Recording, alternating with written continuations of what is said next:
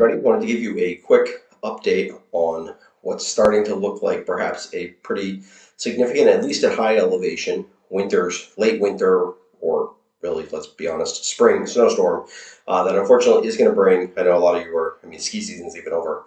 We're not looking forward to the fact that we're going to get some snow, but I think the real accumulations will mostly be isolated to the basically highest elevations, although not exclusively. I think we'll see snow on the grass, even down into the valleys. Not a lot of snow in the valleys, but anyways, let's look at what's making this come together. There's really two things that are making it come together. First, if we look at the energy at 500 millibars, we've got this big upper level low pressure system that's cut off and that's well developed, and that's been kind of a version of this has been spinning around over the upper Midwest for the last week and a half. And you can't really see it here, but we're going to look at it on the satellite. We've got just a little piece of energy, which is tapping Gulf moisture. And these two pieces are going to come together to create a surface low pressure system here, which is going to very slowly meander like this. That's a highly favorable track for snow during the middle of the winter. And we're going to have just enough cold air as we wrap in those northeast winds to change over precipitation to snow, particularly at the higher elevations. Let me show you the satellite imagery and you can see, and let me get rid of my squiggles and you can see what's going on here. Notice the storm on the satellite imagery, all the energy actually doesn't look that impressive, but what looks impressive is all this low level energy and moisture, which doesn't look impressive at the mid levels. And the problem is these two are going to get together and they're going to become a big storm that's going to have both low level support and upper level support here over just east of New Jersey, and then slowly head east across southeastern Massachusetts and meander. So also, if you look at temperatures, let me again get rid of my squiggles. You can see there's not a lot of cold air, but there is just enough cold air here over the upper Midwest. We're going to tap into some of this. It's a little bit of cold air to our north as well. We're going to tap a little bit of that, just cold enough to change us over to snow. Well, let's look at the details though, because that really tells the story. So precipitation will begin as rain by late morning, or even mid-morning for some of us tomorrow morning, and basically it's rain through most of the day tomorrow.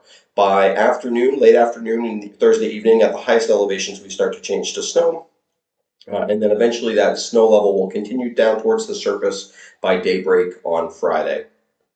Most of the significant problems, like bad roads and potential power outages, I would say look to be confined to areas above 1,500 feet, which means even me in Londonderry, down along the river, I'm at about 1,100 feet. So even areas a little higher up than I am, I think. But there are lots of places like in Weston, Peru, even the higher parts of Londonderry, Windhall, as you head down, Dover, Whitingham, even certainly Searsburg, Woodford, if you're heading a little further north, up towards parts of Ludlow, Mount Holly, certainly. And even as you head north of there, Killington, Pittsburgh, places like that where there are those higher elevations where there is going to be some significant accumulating snow. Basically, here's a rough guesstimate, I think, of what's going to happen. Below 800 feet, so basically down in the Connecticut river valleys and down in the Bennington area, an inch or two on the grass, roads will just be wet. Between 800 and 1,200 feet, which is most of the rest of the valley locations, 2 to 4 inches, and the roads could get briefly slushy, I think, but really shouldn't be that big a deal. It's really above 1,200 feet and above 1,500 feet where you get 3 to 6 inches of snow. The roads will be a little slick, and if you get towards 6 inches of snow, it's going to be very heavy, wet snow, so power outages start to become a problem. And then above 1,800 feet, which thankfully most people live below 1,800 feet. It's just the people who live at the highest spots. Looking at 5 to 9 inches, I think that means that the power outages in those places will be somewhat confined to just some of the worst of the power outages there. If you get above, and then the ski areas could get a foot easy at the top of the ski area. So top of Stratton, top of Mount Snow, top of Okemo, foot. I wouldn't even be surprised if they got 16 inches up there. So yeah, I'm sure this is what you all wanted to hear about in mid-April, but it will melt quickly, and at lower elevations it'll melt within a couple of days, and the tops of the mountains will melt within a couple of weeks. So anyway, that's what it looks like at the moment. I will certainly update you as the models continue to come out if there's any significant changes. I would say, if anything, we could trend towards even a little bit more snow. The models, I'm being a bit conservative, I would say, with my snowfall totals, because I think the models are overdoing the cold air just a little bit, and also snow ratios are going to be very low be only 5 inches of snow for an inch of rain or inch of precipitation. So, okay.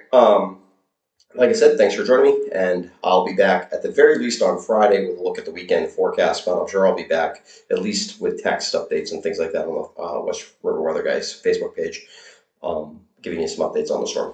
Until then, try to enjoy a nice day today, and try not to get too depressed as it snows tomorrow night into Friday.